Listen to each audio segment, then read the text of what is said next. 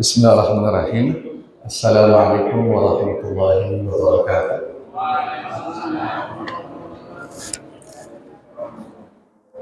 Alhamdulillahirabbil alamin. Wassalatu wassalamu ala asyrafil anbiya'i wal mursalin nabiyyina Muhammadin wa ala alihi wa sahbihi ajma'in. Bagaimana kabarnya ibu bapak sekalian? Alhamdulillah. Nah, insya Allah kita ngaji santai ya Bu Bapak. Serius tapi santai. Ya, jadi sambil ketemu kumpul-kumpul sama bangsa setelah air, saya pilih ada buku tipis judulnya Al-Arba'un Al-Wildaniyah. Jadi ini judul bukunya. Nanti kalau ibu bapak mau, nanti bisa kita kirimkan buku tipisnya, PDF-nya ada supaya tahu.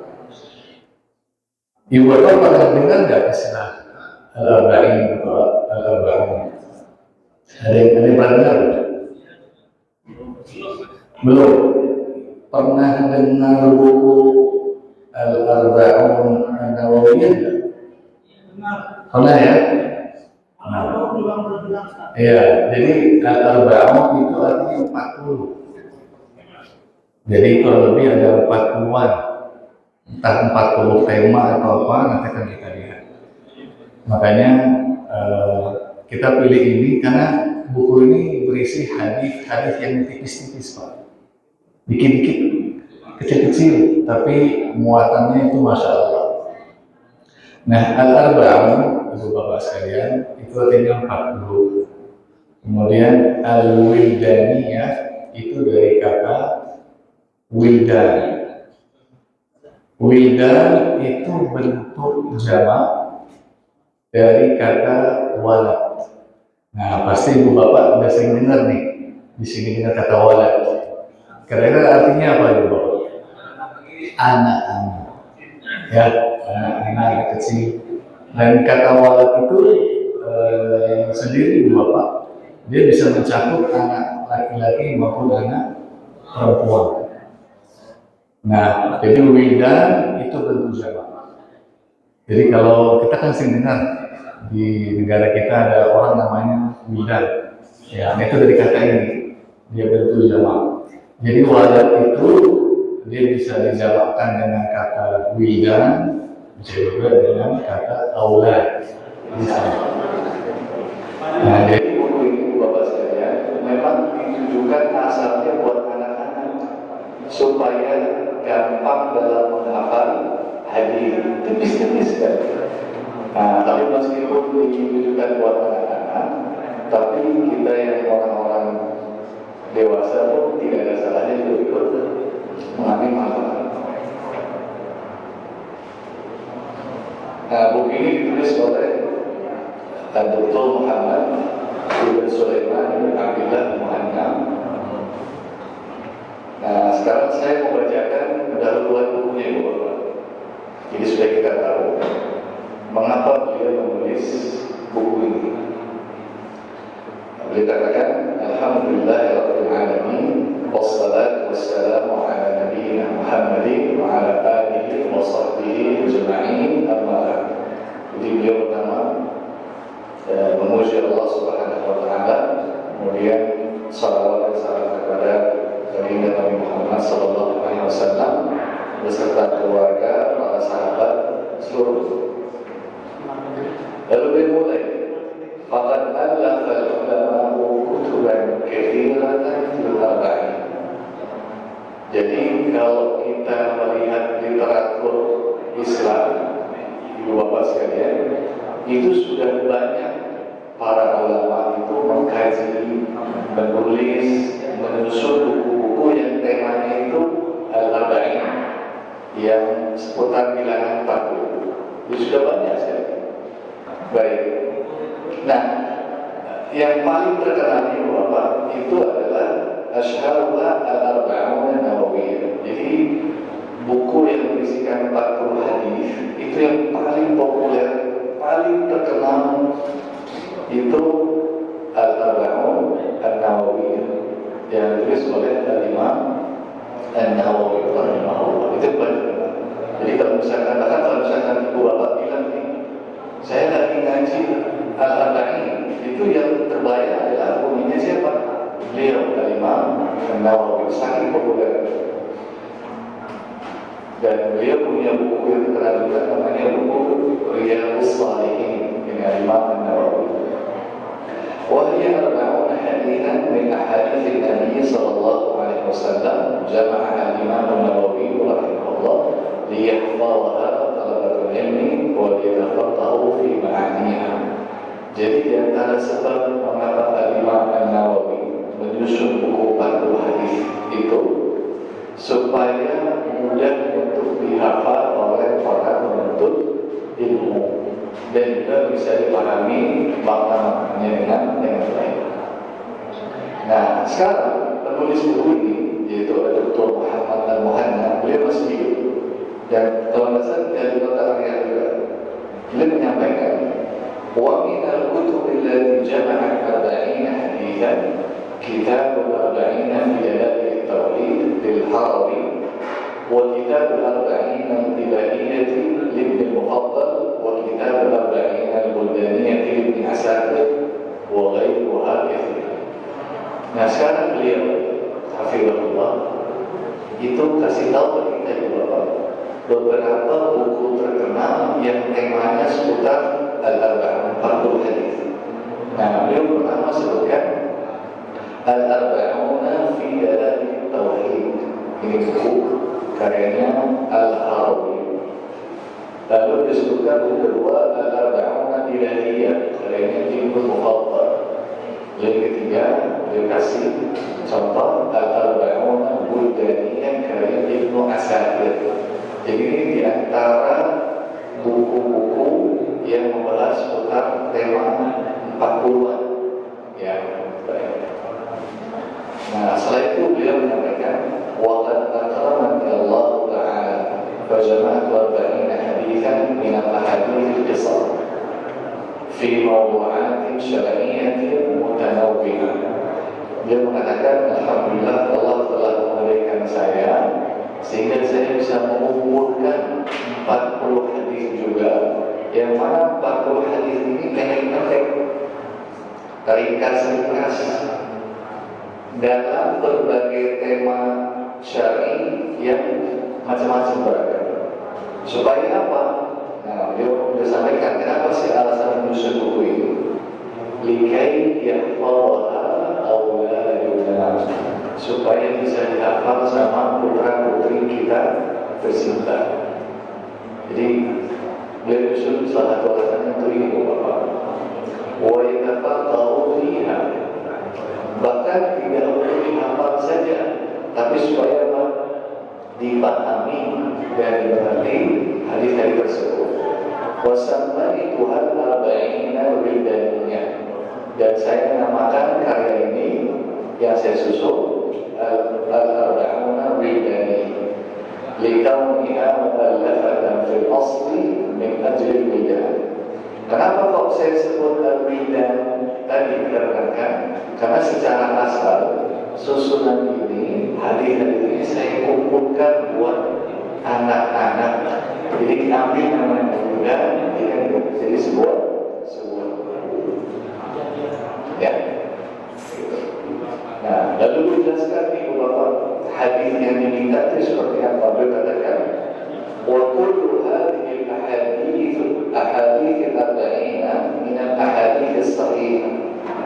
Jadi semua hadis yang saya kumpulkan di buku ini itu semua derajatnya sahih. Jadi paling atas, Pak. Sudah sahih. Ya. Allati ittafaqa 'ala ikhraj al-imaman al-kaliman al-Bukhari wa Muslim. Atau min al-ahadits allati akhrajaha ahaduhuma rahmatullahi alaihi. Jadi hadis sahih itu dikeluarkan oleh al-Imam al-Bukhari dan al-Imam Muslim. Baik keduanya atau salah satu di antara Nah, lalu dia katakan, وَقَدْ شَرَحْتُ كُلَّ حَدِيثٍ مِنْ حَدِيثِ الْأَرْبَعِينَ الْمِلَّانِيَّةِ شَرْحًا يُبَيِّنُ الْمُرَادَ مِنْهُ إِجْمَالًا وَرَاعِيًا فِي ذَلِكَ الِاخْتِصَارِ وَالْوُضُوحِ وَتَسْهِيلِ الْعِبَارَةِ قَدْرَ الْإِمْكَانِ. Nah, ternyata ibu bapak sekalian, hafizahumullah, beliau itu tidak hanya mengumpulkan hadis, tapi juga beliau menjelaskan secara ringkas. Jadi ibu bapak usah khawatir, waktunya lama tidak, sebentar, ya. Tapi singkat, padat, ringkas, kemudian di sini jelas dan berbobot. Jadi beliau ringkas sekali semasa mungkin. Lalu dia tutup, wali amalun azim wa raja'un kabir fi an yataqabbal Allah tabaraka wa ta'ala bi qabulil hasan. Jadi beliau berharap supaya apa yang beliau lakukan ini bisa diterima di tengah masyarakat. Jadi bisa dihafalkan, bisa dikembali, bisa dibaca, baik dibaca secara mandiri maupun bareng-bareng seperti kita ketika di luar. Lalu dia mengatakan, Rabbana taqabbal minna innaka antas sami'ul 'alim wa tub 'alaina innaka antat tawwabur rahim waghfir lana wa liwalidayna wa li ahbabina wa li jami'il muslimin wa salli wa sallim ala nabiyyina Muhammad wa ala alihi wa sahbihi ajma'in. Beliau terakhir tutup pendahuluannya dengan doa yang kepada Allah Subhanahu wa taala, beliau Muhammad Ibn Sulaiman bin Abdullah Muhammad, padahal beliau masih hidup, ya, beliau masih hidup sampai sekarang. Jadi ini pendahuluan ibu bapak. Dan hari ini kita ambil satu hadis sambil menunggu masyarakat Ustaz Budi. Satu hadis dan gampang sekali dihafal. Saya baca 3 kali Pak hadis. Al-hadithul awal, hadis yang pertama, an Abdullah bin Umar bin Khattab radhiyallahu anhu qala Rasulullah sallallahu alaihi wasallam buniya al-islamu ala khams syahadati an la ilaha illallah wa anna Muhammadar Rasulullah wa iqamis salat wa ita'iz zakat wal hajj wa shaum Ramadan. Sebenarnya saya beri hadisnya an Abdullah bin Umar bin Khattab radhiyallahu ta'ala anhu qala Rasulullah sallallahu alaihi wasallam buniya al-islamu ala khams syahadati an la ilaha illallah wa anna Muhammadar Rasulullah wa iqamis salat wa ita'iz zakat wal hajj wa shaum Ramadan muttafaqun alaih.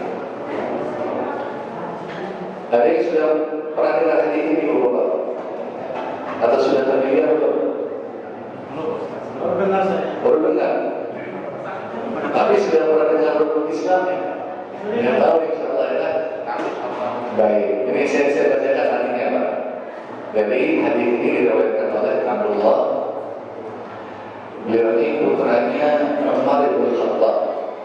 Ada kenal tak siapa Umar bin Khattab? Khalifah yang keberapa itu Bapak? Ketiga atau yang keempat?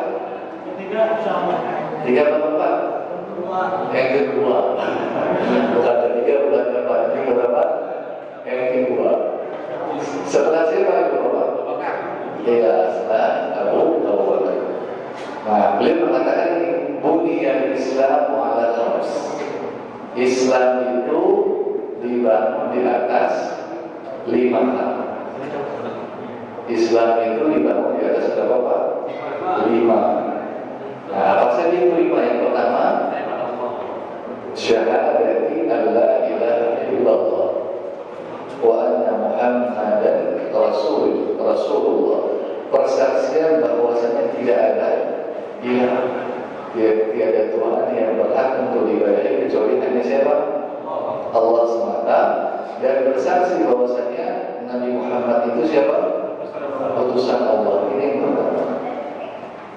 Yang kedua, wa iqamis salat. Salat. Yang ketiga, wa ita'iz zakat. Apa ini Pak? Yang keempat al-hajj, ibadah haji. Yang terakhir apa? Wasawmi Ramadan, berpuasa di bulan apa? Ramadan. Jadi ada 5. Jadi Islam itu fondasinya ada berapa? 5. Nah, apa sih maksudnya? Nabi katakan, fi hadzal hadits yubayyin lana an-nabiy sallallahu alaihi wasallam anna hunaka umuran khamsatan hiya ahammul muhimmat wa arjahul wajibat fi al-Islam. Jadi di hadis ini Bapak sekalian, barakallahu fiikum, Nabi kita sallallahu alaihi wasallam itu menjelaskan apa yang dijelaskan beliau. Ada 5 perkara yang sangat amat penting, begitu fundamental, gak bisa disepelekan, gak bisa diremehkan.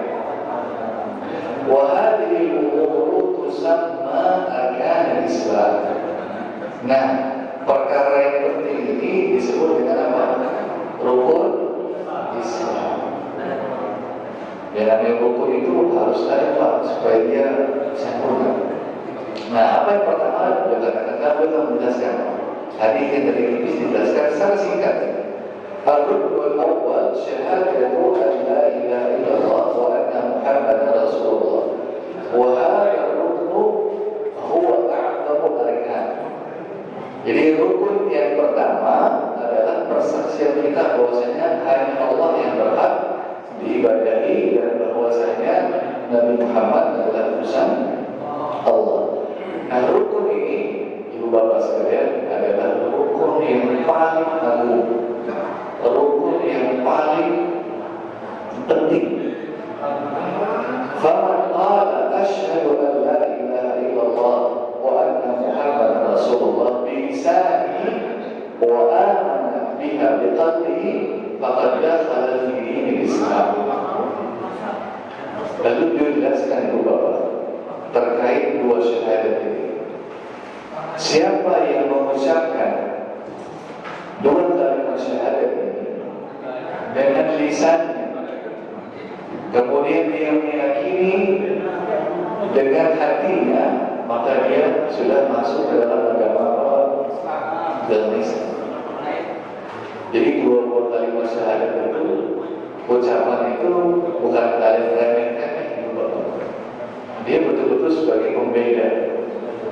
Jadi nggak sekedar saya cuma mengucapkan saja, tidak. Konsekuensinya begitu besar masalah syahadat. Ya. Nah, lalu yang kedua, rukun yang kedua, iqamatus shalah. Salat. Ya. Lalu kita dikatakan, fa inna as-salata a'dhamu arkanil Islam ba'da syahadatain. Jadi salat itu, Bapak sekalian, adalah rukun kedua terpenting setelah syahadat, setelah 2 kalimat syahadat. Walidzalika dzakara an-nabiy sallallahu alaihi wasallam ba'dahuma mubasharatan. Karena itu, maka baginda Nabi sallallahu alaihi wasallam menyebutkan salat langsung setelah 2 kalimat syahadat. Jadi kadang-kadang urutan itu punya makna. Ya. Jadi saya sebut yang pertama, ini yang kedua, itu bisa jadi ada makna seperti ini. Anak pertama, anak kedua, menunjukkan urutan yang paling penting. Sama, ini tidak sama. Itu yang kedua. Rukun yang ketiga, Ar-rukun tsalits az-zakat. Az-zakatu miqdarun minal mal haddadathu syari'ah yajibu 'ala al-muslimi an yu'tiyahu al-fuqara wal masakin wa ghayrahum min al-mustahiqin. Nah, rukun yang ketiga adalah zakat. Zakat itu kadar harta yang sudah ditentukan oleh syariat. Bagaimana sistematika pengeluarannya, penyalurannya, siapa yang berhak itu sudah ditentukan. Ya, yang wajib dikeluarkan oleh setiap muslim dan diberikan kepada fakir miskin ataupun selain dari keduanya yang berasal dari golongan yang berhak untuk menerima zakat. Ya, jadi nggak sembarang kita serahkan gitu. Harus melihat-lihat.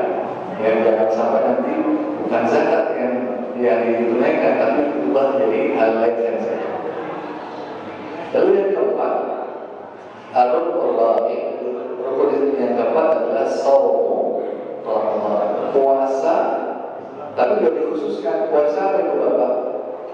Bulan Ramadan. Jadi itu yang masuk dalam kategori rukun Islam, puasa di bulan Ramadan. Dikatakan di sini, فَيَجِبُ عَلَى الْمُسْلِمِ أَنْ يَصُومَ شَهْرَ رَمَضَانَ كَامِلًا إِلَّا إِذَا كَانَ مِنْ أَهْلِ الْأَعْذَارِ. Jadi wajib bagi semua kaum muslimin untuk berpuasa di bulan Ramadan secara sempurna, Pak. Jadi enggak, saya request berapa hari aja. Ya, enggak boleh kecuali kalau kita ada urut, dan urut syar'i yang bisa dibuat, ya baru boleh kita berpuasa. Tapi bukan berarti bebannya hilang, tetap ada kewajiban itu ditunaikan, cuma nanti mungkin di waktu yang saya lakukan. Yang terakhir itu Bapak, Abdul Khamis, rukun yang keberapa? Yang kelima yang terakhir, Hajju Baitillahil Haram, menunaikan ibadah haji. Semoga yang belum bisa dimudahkan untuk segera menunaikan ibadah haji.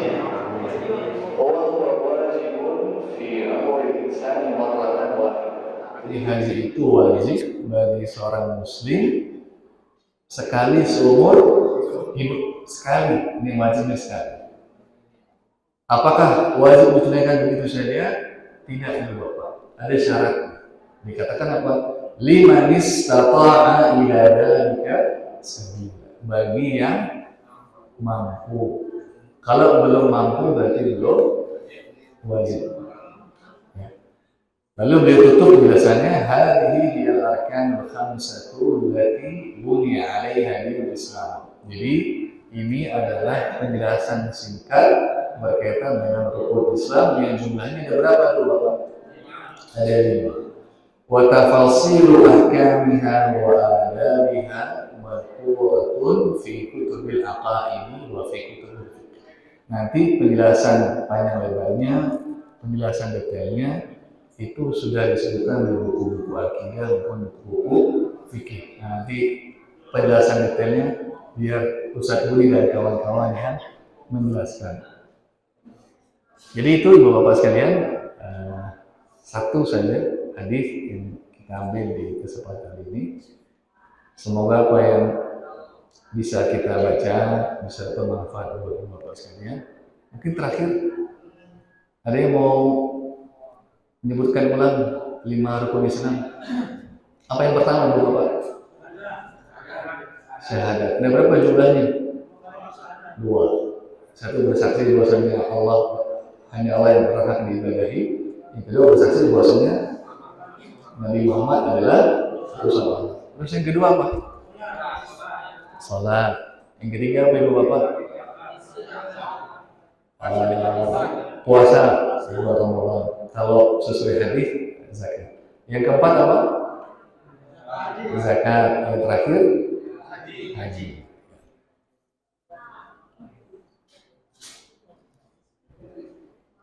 Baik.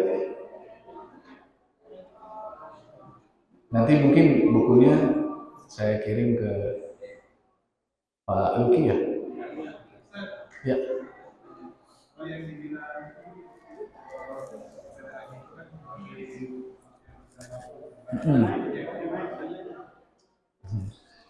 Ibu Bapak, saya mohon maaf kalau pertanyaan bukannya saya nggak mau jawab, tapi ada yang lebih berhak untuk menjawab. Jadi saya khawatir salah. Nanti biar Ustaz Budi dan kawan-kawan yang menjawab. Karena kadang saya tahu, tapi yang saya tahu itu terbatas buat saya pribadi. Karena menjawab soal beda dengan menyampaikan. Ada konsekuensi dan tanggung jawab masing-masing.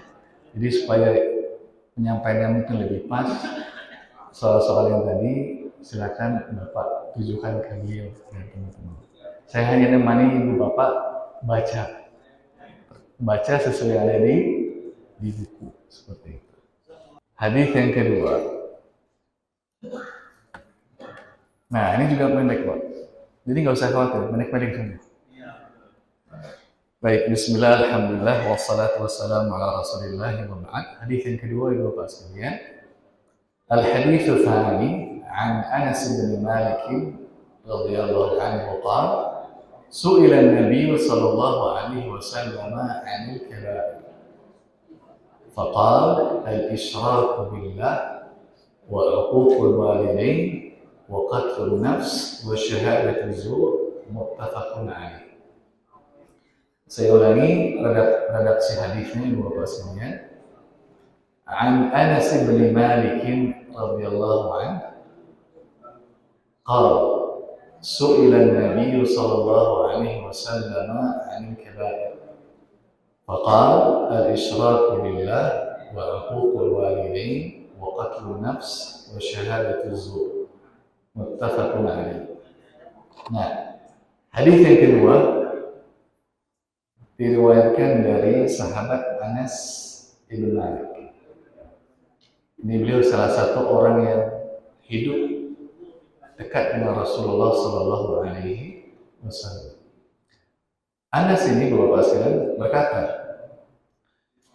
Nabi Sallallahu Alaihi Wasallam itu pernah ditanya tentang al-kabair. Ibu Bapak ada yang pernah dengar nggak al-kabair? Apa kira-kira? Tidak. Kenapa Pak? Iya, al-kabair itu dosa-dosa besar. Dari kata apa Pak al-kabair? Kabir. Ya, kabir, kabirah, bentuk zamannya apa? Kabair. Ya, kabair. Nah, jadi Rasulullah Shallallahu Alaihi Wasallam itu ditanya seputar dosa-dosa besar. Jadi apa contohnya? Maka beliau Shallallahu Alaihi Wasallam bersabda, al-isyraku billah. Ini yang pertama, syirik kepada Allah, menyekutukan Allah. Itu yang pertama. Maksudnya apa? Kita beribadah tidak mengesahkan, tapi menyertakan Allah dengan sesuatu yang lain. Boleh nggak Pak? Nggak boleh, termasuk dosa besar. Yang kedua, uququl walidain. Pernah dengar istilah walidain? Udah pernah belum Pak? Jadi dalam bahasa Arab itu ada kata walad. Tadi apa artinya walad Pak? Anak, anak-anak ya.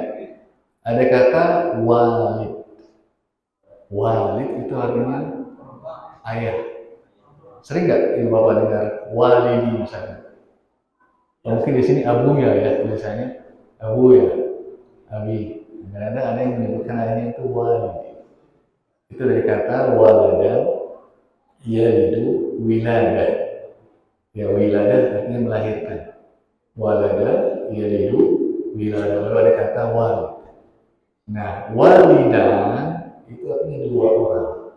Maksudnya apa? Dua orang tua, ayah dan ibu. Nah, uququl walidain maksudnya apa Pak? Durhaka kepada kedua orang tua. Bukan salah satunya, tapi dua-duanya. Durhaka kepada dua orang tua. Jadi orang tua itu punya hak yang agung kepada siapa? Anak-anaknya. Bukan perkara yang remeh. Jadi kita tidak bisa menormalisasi tanda kutip berbuat yang tidak menyenangkan kepada kedua orang tua. Ya. Ini yang kedua. Lalu yang ketiga beliau katakan, Sallallahu Alaihi Wasallam, qatlun nafs, membunuh. Ya, membunuh termasuk dosa besar. Yang terakhir, wasyahadatu zur, persaksian palsu, dusta. Hati-hati. Jangan sampai kita bersaksi dengan suatu saksian yang dusta. Nah, sekarang kita mau dengarkan penjelasan hadis yang singkat. Fi hadzal hadits yukhbiruna Nabi sallallahu alaihi wasallam an arba'ati umurin hiya min kaba'iri dhunubi wa 'adha'imil atham. Jadi dalam hadis ini baginda Nabi sallallahu alaihi wasallam mengabarkan kepada kita 4 hal yang merupakan dosa-dosa besar. 4 hal. Nah, yang pertama tadi al-isyraku billah, menyekutukan Allah. Lianna syirka billahi yukhrijul muslimina minal Islam. Karena menyekutukan Allah itu apa? Mengeluarkan pelakunya dari mana? Dari Islam. Wa yudkhiluhu fil kufr. Lalu memasukkannya ke dalam kategori kafir. Jadi nggak main-main. Wa li'annahu sababun lil khuludi finnar. Jadi kesyirikan itu termasuk sebab yang membuat orang itu kekal di mana, Pak? Di neraka.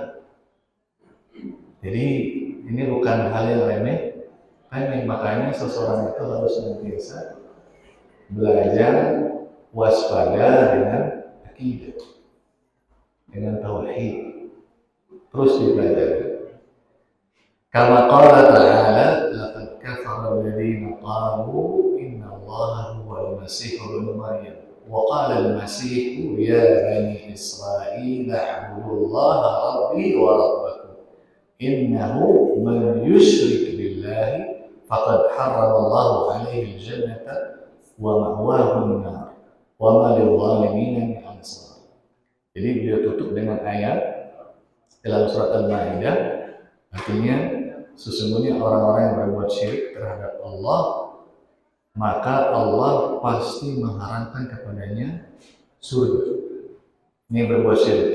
Dan tempat orang yang berbuat syirik di mana? Di neraka. Ya, dan tidak ada penolong bagi orang-orang yang berbuat kezaliman. Jadi ini yang pertama. Lalu yang kedua, uququl walidain, durhaka kepada orang tua. Wa min dzalik hajruhuma wa qati'atuhuma. Nah, beliau sebutkan di antara contoh perbuatan durhaka kepada orang tua, hajruhuma, membentak keduanya. Jadi nggak boleh Bapak sekalian membentak kedua orang. Wa qati'atuhuma, memutus tali silaturahmi. Jadi nggak ada istilahnya dia mantan ayah saya, nggak ada istilahnya dia mantan ibu saya. Enggak. Selalu Pak, dia ayah dan ibu kita, apapun kondisinya nggak akan berubah statusnya. Lalu bentuk durhaka yang lain adalah wa ida'uhuma bil aqwali wa bil af'al, menyakiti keduanya baik dengan ucapan maupun perbuatan perilaku. Jadi harus hati-hati jangan sampai perbuatan kita membuat sedih orang tua. Lalu contoh yang lain adalah adamu ta'atihima, tidak mentaati keduanya pada perkara-perkara yang ma'ruf, yang tidak dilarang oleh syariat. Dan yang termasuk berbuat durhaka kepada orang tua adalah wal isa'atu ilaihima bi anwa'in isa'atin mukhalifah, berbuat jahat kepada mereka berdua dengan berbagai macam bentuk kejahatan. Dan sekarang marak terjadi nggak, Ibu Bapak? Ya, kita sekarang hidup di zaman di mana betapa mewahnya mendapatkan anak-anak yang berbakti kepada orang tua. Ya, semoga Allah mudahkan kita menjadi orang yang berbakti kepada orang tua dan diberikan rezeki anak yang berbakti kepada kita. Yang ketiga, ats-tsalitsatu qatlun nafs, membunuh. Faqatlun nafsil ma'sumati dzanbun 'adzim. Jadi membunuh jiwa itu merupakan dosa besar. Wa huwa sababun li ghadabillah, dan itu sebab dari murkanya Allah. Wa sababun li dukhulin nar, dan juga sebab masuk ke neraka. Jadi jiwa seorang muslim, jiwa itu dijaga oleh syariat. Nggak bisa suka hati, saya nggak suka orang, saya lenyapkan dia. Dan itu termasuk dosa besar. Dan beliau sebutkan dalam ayat di An-Nisa ayat 93, Allah Azza wa Jalla berfirman, "Wa man yaqtul mu'minan muta'ammidan fajaza'uhu jahannamu khalidan fiha wa ghadiba Allahu 'alaihi wa la'anahu wa a'adda lahu 'adzaban 'azim." Jadi dikatakan, siapa yang membunuh seorang mukmin dengan sengaja, maka balasannya adalah neraka Jahannam, dan ia kekal di dalamnya, dan Allah murka kepadanya. Lalu ia pun dikutuk oleh Allah Azza wa Jalla serta disediakan azab yang pedih baginya. Dan yang terakhir, ibu bapak sekalian, syahadatuz zur. Wa zuru wal kadhib. Jadi az-zur secara bahasa itu sinonim dari kata al-kadhib, artinya sama, berdusta. Faman syahida ala ghairihi bi syahadatin kadhibatin faqad ata munkaran min al-qawli wa kabiratan min al-kabair. Jadi siapa yang bersaksi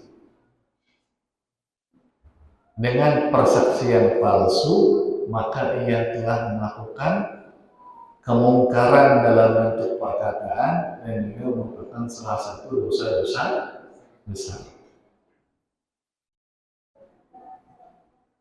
فالواجب على المسلم أن يكون صادقا في كل أحيانه وأحواله. Maka wajib bagi seorang muslim, ibu bapak sekalian, untuk selalu jujur dalam segala hal. Jujur, Pak, dalam segala hal. Apa di antaranya? Wa min dzalik as-sidqu fi ada'i syahadah. Nah, di antara bentuknya adalah memberikan persaksian yang benar kalau misalkan diminta. Kalau diminta bersaksi dengan benar. Karena kadang-kadang ada zaman sekarang, apalagi itu begitu mudahnya memberikan kesaksian tapi tidak benar, bahkan berani bersumpah pada sesuatu yang tidak benar. فإذا طلب منه أن يشهد على شيء سواء كانت الشهادة عند القاضي أو عند غيره فليشهد بالحق والصدق ويجتنب الزور والكذب لكي لا يقع في ذنب من كبائر الذنوب. Jadi kalau misalkan seseorang itu diminta bersaksi, baik di pengadilan maupun di selain pengadilan, maka hendaklah ia bersaksi dengan jujur dan benar, serta menjauhi kedustaan. Supaya apa? Supaya tidak terjatuh dalam perbuatan dosa. Baik, jadi itu penjelasan hadis yang kedua, ibu bapak sekalian. Semoga apa yang kita baca hadis yang kedua ini bisa bermanfaat. Cukup Pak ya? Cukup, kita dikit-dikit aja Pak. Yang penting dapat esensinya ya. Subhanakallahumma bihamdik, asyhadu an la ilaha illa anta, astaghfiruka wa atubu ilaik. Wa sallallahu wasallam ala nabiyyina Muhammad wa ala alihi wa sahbihi. Semoga bermanfaat ibu bapak sekalian, semoga semuanya diberikan kesehatan, afiat semuanya, kita bisa rutin berkumpul kembali hari Jumat. Wafaqakumullah wa baraka fikum wa yassara umurakum. Wassalamualaikum warahmatullahi wabarakatuh.